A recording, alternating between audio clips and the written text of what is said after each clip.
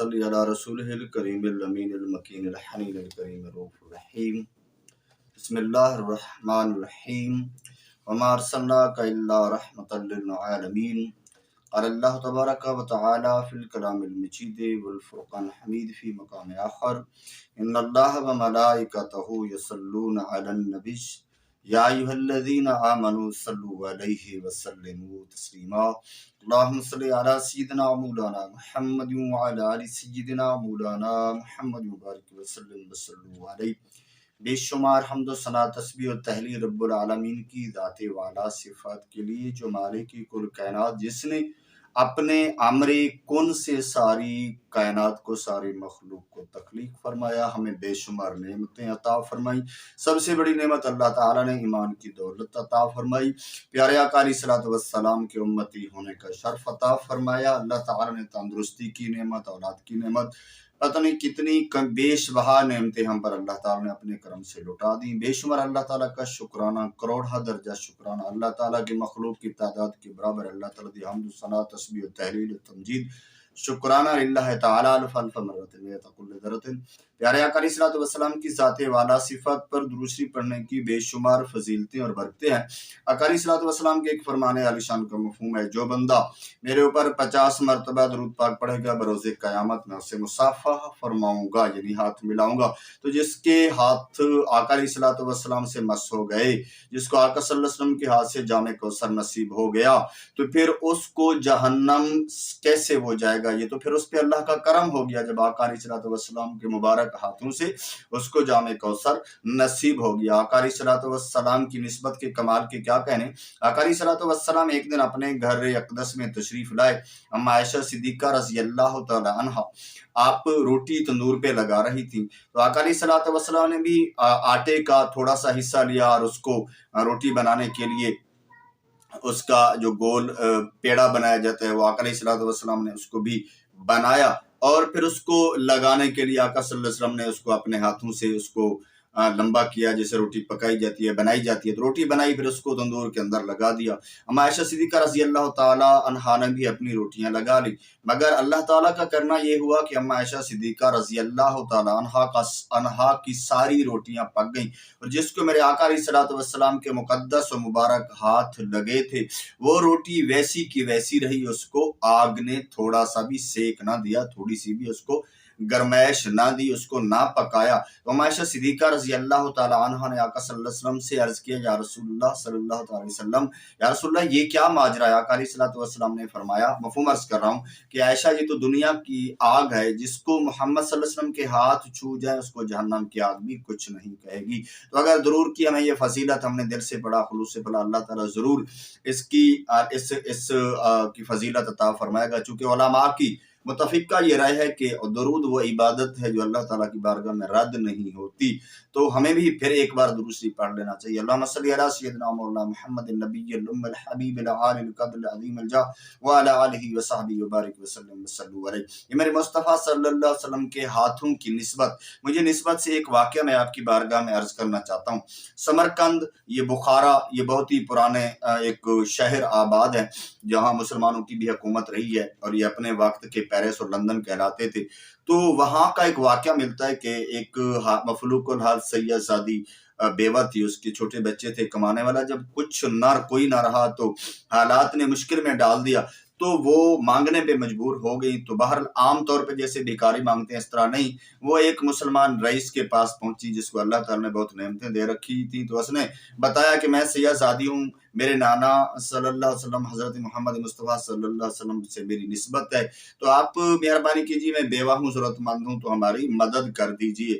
وہ نخوت کا مارا تھا، اس کے اندر کچھ دولت کی کچھ زیادہ ہی وہ اس کا روب چڑھا ہوا تھا، اس کو دولت کی کچھ زیادہ ہی محبت چڑھی ہوئی تھی، اور اس کے انداز بھی جیسے دولت مندوں کا ہوتا ہے، وہی اس کا ایٹیچیوڈ، وہی اس کا انداز تھا۔ کہنے لگا، تو سید زادی ہے تو تیرے پاس کیا ثبوت ہے، کیا دلیل ہے کہ تو واقعی سید زادی؟ اس نے میں تیرے پاس میں کیا دلیل دوں، کس طریقے سے تجھے ثابت کروں کہ میں سید زادی ہوں؟ بہرحال اس نے اس کی کوئی بات نہ سنی، تو اس کو اپنے در اقدس سے معاذ اللہ واپس ایسے خالی ہاتھ پھیر دیا۔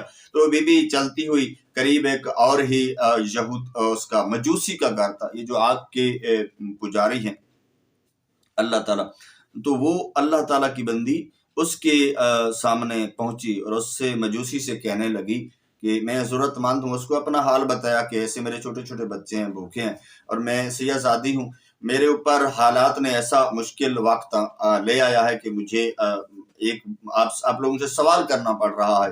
اللہ اللہ. تو اس نے ان کو کہنے لگا کہ میں مجھے نہیں پتا کہ تیرے مسائل معاملات کیا ہیں، مگر جس نام کی تو نے نسبت دی ہے، میں تیرے اس نام کی، اس نسبت کی تکریم کرتے ہوئے میں تمہیں انشاءاللہ عزت سے کھانا دوں گا، ضرورت پوری کروں گا. تو اس نے اس کی ضرورت پوری کر دی. رات ہوئی، وہ بندہ جو پہلا امیر تھا، مسلمان امیر تھا، وہ سویا. تو آقا علیہ الصلوۃ والسلام کو اس نے دیکھا کہ وہ جنت کے اندر ایک نورانی کمال کا بہت ہی خوبصورت اس محل کو دیکھتے ہی وہ دیکھتا ہی رہ گیا. کائنات کے اندر اس نے ایسا کوئی محل نہیں دیکھا. پھر نورانی محل، جنت کا محل، جب اس کو زیارت ہو گئی تو ساتھ ہی آقا علیہ الصلوۃ والسلام کھڑے تھے تو اس نے پہچان لیا. تو عرض کرنے لگا یا رسول اللہ صلی اللہ علیہ وسلم، یہ مکان کس کا؟ آقا علیہ الصلوۃ والسلام نے فرمایا یہ مسلمان کے لیے ہے، یہ بھی اللہ تعالیٰ کی پہ ایمان رکھنے والے، مجھ پہ ایمان رکھنے والے ایک مسلمان کو ایسا محل ملے گا. تو وہ عرض کرنے لگا یا رسول اللہ صلی اللہ علیہ وسلم، آقا میں بھی تو مسلمان ہوں. میرے آقا علیہ الصلوۃ والسلام نے فرمایا تیرے مسلمان ہونے کا تیرے پاس کیا ثبوت ہے، کیا دلیل ہے کہ تو واقعی مسلمان ہے؟ تو وہ کہنے لگا میں کیا دلیل دوں؟ آقا علیہ الصلوۃ والسلام نے فرمایا میری بیچاری بیٹی حالات کی ماری تیرے در پہ پہنچی تو ان سے دلیل مانگتا تھا، ثبوت مانگتا تھا کہ تیرے سید ہونے کی کیا دلیل ہے، کیا ثبوت ہے. اسی بات پہ کہتے ہیں کہ ہر جگہ میرے آقا کی جب عظمت کو سمجھ گئے ہو، اب عقل کو قربان کر دو. سمجھ جانے کے بعد عقل سمجھنے تک ہے. عقل اس راستے کی، علم اور عقل دو آنکھیں ہیں جو کسی چیز کی حقیقت کو پہچاننے کے لیے ہیں. میرے آقا علیہ الصلوۃ والسلام کی جو عظمت کو جان جاتے ہیں، جن کو علم ہے، اور جن کو پھر علم ہونے کے بعد جو محبت پیدا ہوتی ہے میرے آقا علیہ الصلوۃ والسلام کی عظمت سے، شان سے، تو پھر اس کے بعد ان کے دماغ کی، اس کی روح کی جو وہ گرہیں کھلتی ہیں، تو پھر تب جا کر ان کو جو مقام ان کو نظر آتا ہے وہ اور لوگوں کو نظر نہیں آتا. شرط وہ یہ ہے کہ علم کے ساتھ وہ اخلاص کی دولت، دماغ کی دولت اختیار کرنے کے بعد جو خلوص پیدا ہوتا ہے اس کو عشق آج دے. بعض لوگ کہتے ہیں یہ عشق کیا ہے؟ ارے عشق اصل میں ہمارے علاقے میں جیسے جو کہ اب ہم کہتے ہیں نماز پڑھو، تو ارے نماز میرے مصطفیٰ صلی اللہ علیہ وسلم پر اللہ تعالیٰ نے یہ فرض فرمائی اور ہم آقا صلی اللہ علیہ وسلم کے ذریعے مسلمانوں کو فرض فرمائی. تو لفظ وہاں صلاۃ ہے، تو اس کا ترجمہ تب کیا جاتا ہے اس کے مشابہ کوئی اور چیز، تو ہم نماز کہتے ہیں. تو میرے آقا صلی اللہ علیہ وسلم پر تو نماز اللہ تعالیٰ نے اتاری تھی، حکم اتارا تھا اور یہ تحفہ دیا تھا. یہ اس کا ترجمہ نماز پھر کیوں ہے؟ تو وہ عمل کوئی اور تو نہیں کرتا، اس کی تشبیہ کیسے نہیں؟ تو پھر صلاۃ تو صلاۃ رہنی چاہیے. لیکن ہمارے ہاں یہ فکرہ چلتا ہے، اس پہ کیا اعتراض؟ اور بعض لوگ کہتے ہیں یہ عشق کیا ہوتا ہے؟ ارے عشق خلوص کے کمال درجے کے خلوص کو، ہمارے ہاں یہ ٹرم چلتی ہے. فارس کے اندر یہ باقی جو اجمی علاقے اس میں یہ لفظ چلتا ہے، جس کو قرآن نے اللہ تعالیٰ نے فرمایا کہ والذین اشد حبا للہ، وہ لوگ جو اللہ تعالیٰ سے شدید ترین محبت کرتے ہیں، اشد حبا. تو اس کو ہمارے ہاں جو ترجمہ کیا جاتا ہے، ہمارے ہاں جو معروف لفظ ہے، کسی کو کس سے کمال درجے کی محبت ہو جائے، اخلاص کا کمال ہو جائے، تو اس کو ہم کیا کہتے ہیں؟ اس کو ہم عشق کہتے ہیں. اس پہ اعتراض کرنے والے اپنے پھر وہ لفظ نماز نہ کہیں. تو عربی کے اندر تو لفظ جو ہے وہ تو صوم ہے، اس کا تو روزہ پھر کیوں کہتے ہیں؟ تو ایسے یعنی خواہ کے فکرے بن رہے ہیں. ہم جب ساری بات ہی کر رہے ہیں اردو میں، سرائکی میں، باقی زبانوں میں، تو ہماری زبان میں جو ٹرانسلیٹڈ ہے والذین اشد حبا للہ یا ایھا الذین آمنوا من یرتد منکم عن دینہ فسوف یأتی اللہ بقوم یحبهم ویحبونہ. اللہ تعالیٰ ایسی قوم لے کے آئے گا جو اللہ تعالیٰ سے شدید محبت کریں گے اور اللہ تعالیٰ ان سے محبت کرے گا. تو محبت کے لفظ ہمارے ہاں جس کی محبت کے اندر خلوص کمال کا، قربانی کمال کو، تو ہمارے ہاں اور عرب کے علاوہ یہ لفظ بولا جاتا ہے کہ اللہ تعالیٰ کے یہ عاشق ہیں، اللہ صلی اللہ سے محبت کرتے ہیں، یا جو جس سے خلوص کی کمال درجے کی وفا کرتا ہے، اس کے دل کے اندر اس کی عظمت اور محبت ہوتی ہے، تو اس کو عشق بولا جاتا ہے. بار یہ ضمن عرض کر رہا ہوں. تو آقا علیہ الصلوۃ والسلام نے فرمایا میری بیٹی آئی اور تو نے اس سے دلیل مانگی، تیرے پاس کیا دلیل ہے؟ بہت شرمسار ہوا مگر آنکھ کھل گئی، اور پھر وہ چیختا چلاتا ہوا لوگوں سے، اپنے غلاموں سے پوچھنے لگا کہ وہ بی بی جو کل آئی تھی وہ کہاں گئی؟ انہوں نے بتایا کہ فلاں در پہ ہم نے دیکھا، وہاں ان کے دروازے پہ وہ کھڑی تھی، تو وہ اندر ان کو لے گیا. تو جا کے اس کو صبح اس کے گھر پہنچ گیا اور اس کو دروازے کو دستک دی. جب وہ مجوسی باہر آیا تو اس سے کہنے لگا راج جو مہمان تیرے پاس آئی ہے، میں تجھے 1000 دینار دیتا ہوں یا درہم دیتا ہوں، جو بھی سکہ تھا یہ میں تمہیں دیتا ہوں، یہ میرا مہمان، مجھے واپس کر دو. اس نے کہا تو کیا سمجھتا ہے تیرے 1000 دینار کے بدلے یا درہم کے بدلے یا روپیہ بدلہ، جو ہمارے ہاں اب اس کا ترجمہ روپیہ ہی ہے، تو اس کے بدلے کیا میں جنت کا نورانی محل تجھے دے دوں؟ اللہ اللہ۔ وہ مجوسی کہنے لگا میں نے میرے آقا صلی اللہ علیہ وسلم کی بیٹی سے اس سے عزت اور تکریم اور ان کی نسبت کا احترام کیا تو میرے آقا علیہ الصلوۃ والسلام صرف تیرے خواب میں بھی نہیں آئے، میرے خواب میں بھی آئے ہیں اور مجھے اس کا بدلہ دے گئے ہیں جو میں نے ان کی بیٹی کا، ان کی نسل کا احترام کیا، ان کی نسبت کا احترام کیا۔ تو نسبت کا احترام علماء یہی فرماتے ہیں، میرے آقا علیہ الصلوۃ والسلام سے جس چیز کو نسبت ہے جب وہ معروف ہو جائے، اب اس کے لیے دلیلیں کہاں سے کوئی دے؟ جب معروف ہے تو اس کا احترام ہوگا، جو واقعی سند سے اس کا احترام ہوگا۔ تو یہی عرض ہے میری بھی آپ سے کہ اس واقعے سے ہمیں کیا سبق ملتا ہے؟ میرے آقا علیہ الصلوۃ والسلام سے جن کو محبت ہوتی ہے، یعنی جتنی محبت زیادہ ہوتی ہے عشق زیادہ ہوتا ہے، اس لیے تو کفار کہتے تھے آمنوا کما آمن الصفا، صحابہ کے متعلق معاذ اللہ کہتے ہیں ہم ایسے ایمان لیں جیسے یہ دیوانے ایمان لے ہیں۔ اللہ اللہ۔ تو اللہ تعالیٰ کے حبیب سے محبت کرنی ایسی ہوتی ہے کہ دیوانگی چھا جائے، تو دیوانگی والی محبت اس کو عاشق کہتے ہیں۔ ہاں یہ جو ہمارے ہاں عشق کا غلط استعمال کیا جا رہا ہے، جس کو نماز، روزہ، حج، زکوٰۃ، میرے آقا صلی اللہ علیہ وسلم کی سے کسی سنت کا، کسی عمل کا، علم دین سیکھنے کا رواج ہی نہیں ہے، پیسے بٹورنے کے لیے عاشق رسول اگر بنا ہوا ہے تو یہ اور دھوکہ ہے، ایسا نہیں کرنا چاہیے۔ اس سے دین حقہ کی تبلیغ میں بڑا اثر پڑتا ہے۔ جو عاشق رسول ہے اس کو داڑھی اپنی کو معاف کر دینا چاہیے، ورنہ اس کے اس داڑھی نہ رکھنے سے لوگ جو بد عقیدہ ہوں گے، بد مذہب ہوں گے، تو اس وجہ سے ہوں گے کہ عاشق رسول ایسے ہوتے ہیں، ارے تیرے اس عمل سے دین کا کتنا نقصان ہو رہا ہے، تو جو کہتا ہے کچھ نہیں ہوتا، ارے بہت کچھ ہوتا ہے، ہر جگہ یہ تانے سننے پڑتے ہیں۔ تو میرے آقا صلی اللہ علیہ وسلم کی یہ مبارک سنت آنے دے، نماز پڑھ، سچ بول۔ عاشق رسول کو جو اپنے محبوب کی ہر بات پہ، اللہ تعالیٰ کے محبوب کی ہر بات پہ وہ لبیک کہتے ہیں۔ بعض لوگ کہتے ہیں عاشق کہتے ہو پھر تم یا کہہ سکتے ہو کہ میں اپنی ماں کا عاشق ہوں، بہن کا عاشق ہوں، یہ فکرے کہتے ہیں۔ ارے یہ بھی تو کہتے ہیں کہ اللہ تعالیٰ کہ وہ اللہ تعالیٰ کے محبوب ہیں، اور اللہ تعالیٰ کی جو محبوب کو محبت کرنے والا ہوتا ہے اس کا محب ہوتا ہے، تو پھر آپ کیا کہیں گے؟ میرے نبی صلی اللہ علیہ وسلم ہماری والدہ کا، ہماری بہن بھائیوں کا، ان کا، ہمارے ایمان والوں کی جو والیاں ہیں، کیا ان کے محبوب نہیں ہیں؟ اللہ کے محبوب ہیں، ان کے محبوب ہیں، کائنات کے محبوب ہیں۔ تو اب اس کو پھر کیا ترجمہ غلط کرو گے؟ ارے یہ محبوب مقدس ہے، یہ لفظ یہاں جو استعمال ہو رہا ہے اس کو غلیظ مت کرو۔ اب جیسے یہ کیمرے کی سکرین ہے، جیسے یہ ٹی وی کی سکرین ہے، اس پہ کبھی سے ابھی سے کچھ آ جاتا ہے، قرآن بھی آ رہا ہوتا ہے، بیان بھی آ رہا ہوتا ہے، اور پتہ نہیں یہ ساری ٹی ویوں پہ ہر جگہ ناچنے والے یہ بھی تو آ رہے ہوتے ہیں، تو پھر اس سے کیا ہوتا ہے؟ اس کو کیا نام دو گے؟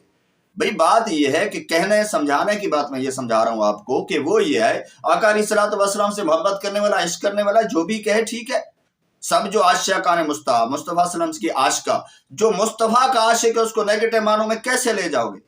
کسی کی ماں اگر نبی صلی اللہ علیہ وسلم کی عاشقہ ہے، محبت کرتی ہے، بہت زیادہ اس کی محب ہے، اس سے محبت کرنے والی ہے، میرے آقا صلی اللہ علیہ وسلم اس کے محبوب ہے، تو اس کو غلط معنوں میں، مجاز معنوں میں کیسے لے جاؤ گے؟ اور اس پہ بات کرتے ہوئے تمہیں جو لوگ یہ کرتے ہیں ان کو شرم پتہ نہیں کیوں نہیں آتی؟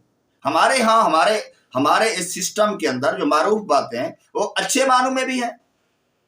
تو باہر میں عرض کر رہا تھا کہ ہمیں آقا علیہ الصلوۃ والسلام کی ہر نسبت کا احترام کرنا چاہیے۔ میرے آقا علیہ الصلوۃ والسلام کے جس کو ہاتھ لگ جائے، میرے آقا صلی اللہ علیہ وسلم کے مقدس موئے مبارک ہیں، اور حضرت خالد بن ولید جس نے کتنی دنیا کو فتح کیا، ارے اتنا بڑا مجاہد، اتنا بڑا صحابی، جن نے میدان جنگ جہاں موت ہر وقت رقصاں ہوتی ہے، جہاں لاکھوں کی تعداد کے سامنے یہ بندہ ہزاروں کے ساتھ جا کے لڑا، بلکہ ہزاروں سے نہیں سینکڑوں سے بھی کم تعداد کے ساتھ، یہ 60,000 سے 60 بندے اس نے لڑا دیے۔ وہ کہتا تھا کہ میری کامیابی کی وجہ کیا ہے؟ نہ اس نے اپنی بہادری کو کہا، نہ نمازوں کو کہا، نہ روز وہ پڑھتا تھا۔ میں یہ نہیں کہتا کہ اب اس سے یہ مطلب کوئی نکالے کو پڑھنا بھی نہیں چاہیے، عاشق ایسے ہوتے ہیں، مگر ان کے خلوص مصطفیٰ کا کمال بھی یہ تھا، وہ کہتے ہیں کہ میں نے آقا علیہ السلام کے منہ مبارک یعنی بال مبارک اپنی ٹوپی کے اندر سیے ہوئے میں سر پہ رکھتا ہوں۔ ایک دفعہ کہتے ہیں گھمسان کی جنگ تھی، مگر وہ ٹوپی تلاش کر رہا تھا، چونکہ وہ ٹوپی کہیں ان سے گر گئی جنگ کے اندر۔ تو یہ نسبت صحابہ سے ہے۔ پھر یہ عشق نہیں ہے، میں کمال درجے کے خلوص اور محبت اور وصال کو کہہ رہا ہوں، یہی عشق ہوتا ہے، اور ہمارے یہاں اسی معنی میں یہ عشق آتا ہے۔ ہاں کوئی عشق کے غلط معنی لیتے ہیں، جیسے عورت مرد کے ناجائز تعلق اگر کوئی عشق کہتا ہے تو یہ تو ہے ہی نہیں، یہ تو اس کی خواہش نفس ہے۔ خواہش نفس کو عشق کون کہہ رہا ہے؟ تو میں عرض یہ کر رہا ہوں کہ لاکھوں کروڑوں علماء ہو گزرے جن نے یہ لفظ استعمال کیا ہے کہ وہ عاشق رسول تھے۔ حضرت عبدالرحمن جامی کیا تھے؟ ان کو لوگوں نے عاشق رسول کہا ہے، انہوں نے نعت لکھی، اور حضرت اللہ تعالیٰ کا پیارا بندہ برد شریف والے حضرت بصیری رحمۃ اللہ تعالیٰ علیہ، جنہوں نے قصیدہ بردہ لکھا، تو میں عرض یہ کر رہا تھا کہ آقا علیہ الصلوۃ والسلام سے محبت کرنا یہ نسبت کافی ہے کہ آقا صلی اللہ علیہ وسلم سے محبت کیجیے. وما توفیق الا باللہ. آمین بجاہ النبی الامین صلی اللہ تعالیٰ علیہ وسلم.